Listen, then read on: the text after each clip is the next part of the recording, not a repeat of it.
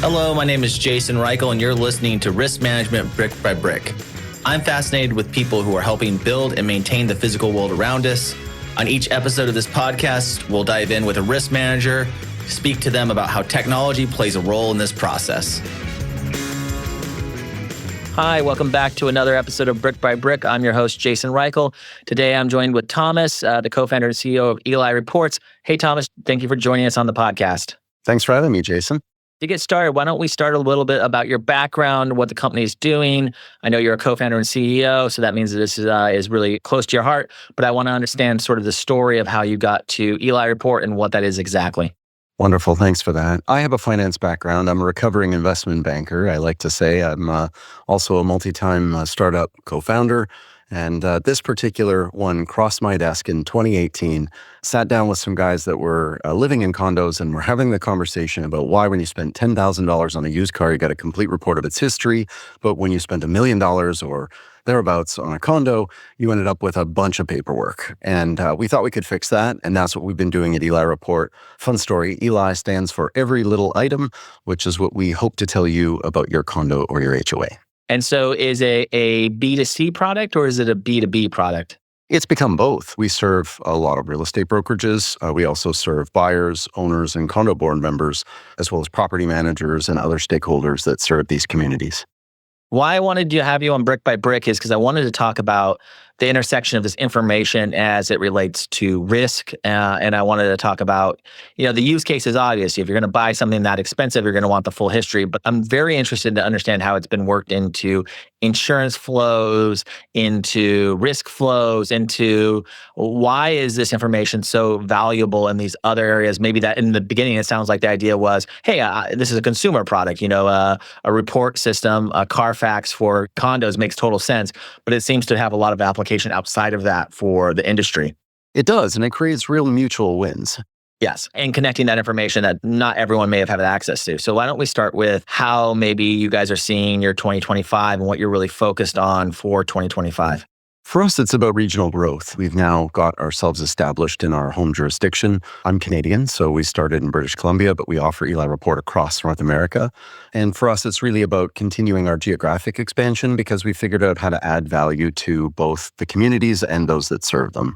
So let's break that down. So as far as it relates to insurance, what kind of information are you providing and how are you navigating or your customers are navigating working with their insurance with such a report? For owners and buyers, it's understanding what your premiums are, what your deductibles are, and what you're on the hook for if there happens to be a loss that originates from your unit. And obviously, that's at the foundational place from which we started. We've moved up to a place where we've got enough intelligence at scale to be able to better inform the insurance providers about the premiums and deductibles of these communities and some of the other renewal terms. And that obviously makes it possible for them to go out and quote on business that they may not be aware of and have a better understanding of the communities and their risks. And that's meant that our partners have ended up doing millions of dollars of additional premium over the first years that we've worked with them. And they have managed to obviously serve these communities with better deductibles and premiums than they were getting before. So it's a mutual win.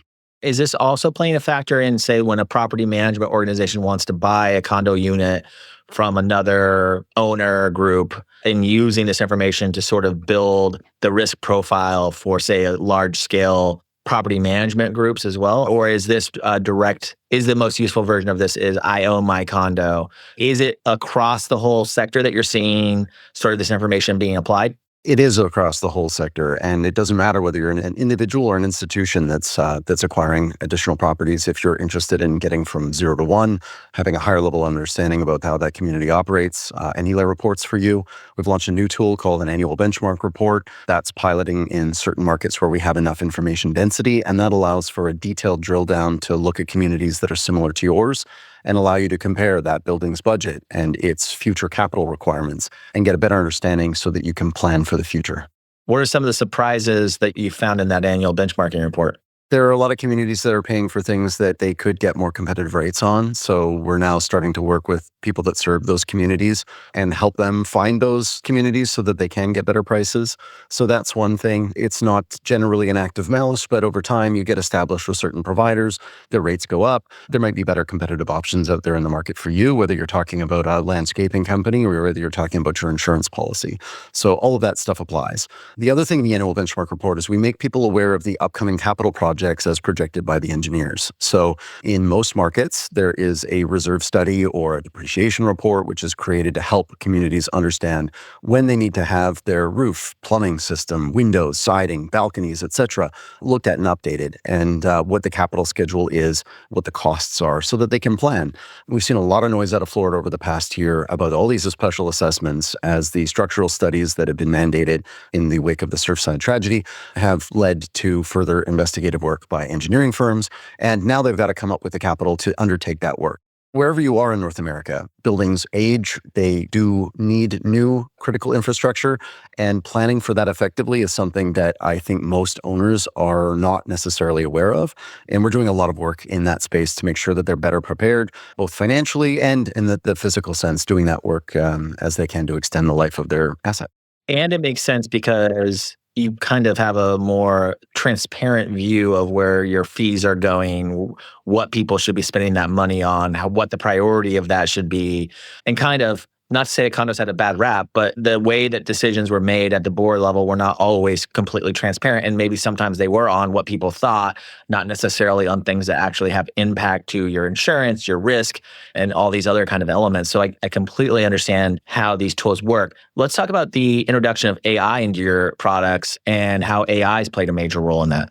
Absolutely. I mean, that was the game changer for us at the beginning, was being able to extract what matters and organize that both chronologically and by subject area, making it easy for someone to digest what might be 300 to 1,000 pages of building information in a summary interactive report. So now we've layered on GPT technology to summarize the findings from those, and we're continuing to use more extractive technologies to ensure that we get maximum value for these owners out of the information that they're able to provide to us.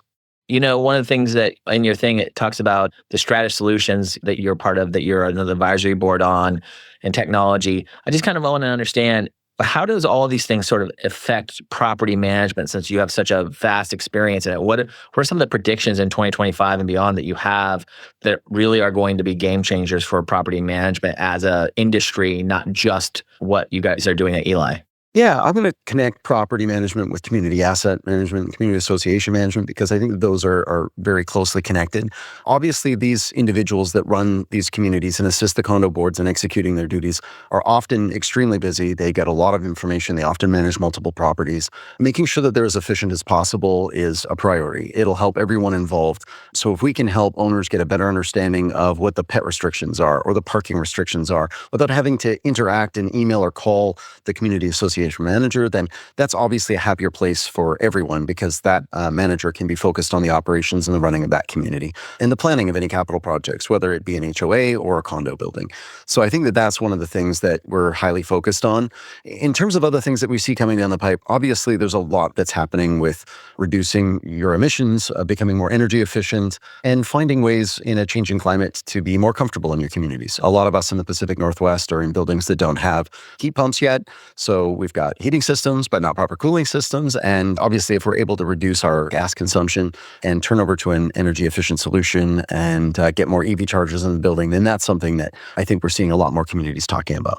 Yeah, and expanding the scope of this beyond just the units, but future predicting on like climate change impacting that, or the fires, all the things that we have going on in the world that as we rebuild these communities and as we expand existing communities, that we need to sort of have at the forefront of our predictive models. You know, we talked about a lot about this on the podcast with construction companies, and, you know, it used to be that you were on the hook for 7 years after you built the product, but now with climate change and all these other things, you could be on the hook for a lot longer. And so you have to have a much more diverse model in the beginning parts of the development of projects, right? I'm guessing the same thing is happening around, you know, community planning and how things need to be organized and adapting this to what the future holds for us. When you are talking to like a community about technology like this, And a lot of times people in these communities or who run these organizations, this is not their full-time job or this is not something they're always thinking about. How do you make this kind of information digestible? How do you make this actionable? How do you tie this to outcomes? It's difficult with the first level. I'm a new buyer trying to get into a community. So we take them from 0 to 1 with Eli Report. That's just giving them understanding what's happening with that community. When you look at the annual benchmark report, that's for the condo board member. That's for the community association manager, the one who's responsible for making some of those decisions and those calls, determining and assessing the budget for the coming year and making some of those capital plans. And as you say, many of them don't have a background that's particularly well suited for this. Condo board members are volunteers. They're there out of the goodness of their heart. Some of them have the time and the bandwidth because they may be retired. Others are young professionals. They want to see things done efficiently. But everybody wants to make sure that their community is well maintained and that their fees are reasonable. So we try and help them understand how their fees compare to other communities of the same type and age. And we're going a bit further with that capital planning side to make sure that they understand what they should be putting away for these upcoming capital projects. And if they're not, making sure that owners are aware of what that special assessment or what that special levy might be, when it might come, and what it will be for. Because in a lot of communities, it's just not well discussed until it's on the immediate horizon, and then it hits the news. We don't want to see special assessments being news every day. Oh, this condo's being hit with a $150,000 special assessment. We want people to be better informed. And that's really what technology enables.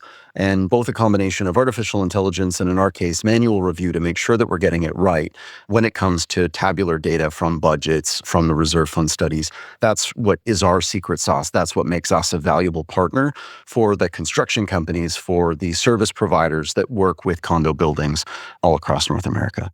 Let's forecast a little bit. In the future, with climate change and the cost of building and material shortages and labor shortages, is your prediction for the future more of this community living, more of the association model being applied to organizations? Is this an increasing area? And is it really valuable for people to sort of understand the cost and planning associated with community living? You look back at generation, Jason, and only 1 in 10 lived in a multifamily community or an association like this. And now we're nearly 1 in 3. The trend towards this type of living arrangement, both because you can make livable communities with a small footprint and because of affordability issues, I think is undeniable. So I see no slowdown in the continued densification of our population. The questions are, how do we make living in that type of community as affordable, as positive an experience for everyone within it as possible? So I think that that's the direction that we're moving. So let's just talk a little bit about, how does a community get involved? Is it a subscription fee? Is it an annual report fee? How does an organization get involved? And if you have partners on the construction side, how do they get involved in understanding and engaging with Eli? So the Eli Report's available to anyone. That report is available for free. We're piloting the annual benchmark report in certain markets. We're trying to price that affordably between $100 and $500, depending on whether you've got a small number of units or a large number of units. You can order our more detailed Eli report on as many buildings as you want if you happen to be somebody that's interested in buying. And that per unit report price varies from $0 to $60. So the more money you pay, the more detail you get. So it's accessible and really a tool that people should factor into de-risking, this is a risk podcast, de-risking the buying process and the management process of these ongoing situations. Absolutely. Really love the use of AI, really love the very practical planning mechanisms, really drawn to organizations that are helping people understand better something that in the past was a little opaque, a little difficult for people to grasp. So I really appreciate what you guys are doing. And is there any other piece of advice that you would have for a person entering into the market right now? You just need to know what you're buying. You fall in love with your unit. You're responsible for your share of the whole thing. Use a tool like this. Eli Report's great. There are other ones out there that I'm sure you can find that will help you better understand that community. The lifestyle restrictions, the issues that are occurring within that community, whether it relates to mold or windows or elevators or security, all of that stuff, it becomes important. And then as we look at ourselves and at others in the space, You mentioned I'm an advisory board member of Strata Press. That's designed to help communities better manage their internal communication, their documents, their flow, and their communication with both owners and with potential vendors. And there are hundreds of software similar to that across North America, all of which are trying to make community living a little bit easier, community association management a little bit easier. Because when you think about desk jobs, Jason, I can't think of one that's much more difficult than being a CAM. They really do get inundated with emails. They're often responsible for many properties. Anything that can be done to streamline their duties and to make life easier for owners would be better. And emotional, right? It's a place that these people live, right? It's not just a business. It is very emotional. When I had a leak in my roof and I wasn't sure who was responsible for it, as an example, right? So this is a thing that I felt personally many times in my life, especially when I was younger and in Austin, where I was living in condos on a regular basis. For sure. And anything you can do to make that more understandable. You guys work with a lot of insurers. Obviously, they want to know about the health of these buildings. They want to know that there are good risks, and they can offer competitive quotes if they've got the intelligence on those buildings and they can see what they're currently working with. And that's been a game changer for us and for the communities that we serve. Thomas, let's play a game of risky or too risky. I'm going to give you a rapid fire question. You tell me if it's risky or too risky, and then we'll double click on it.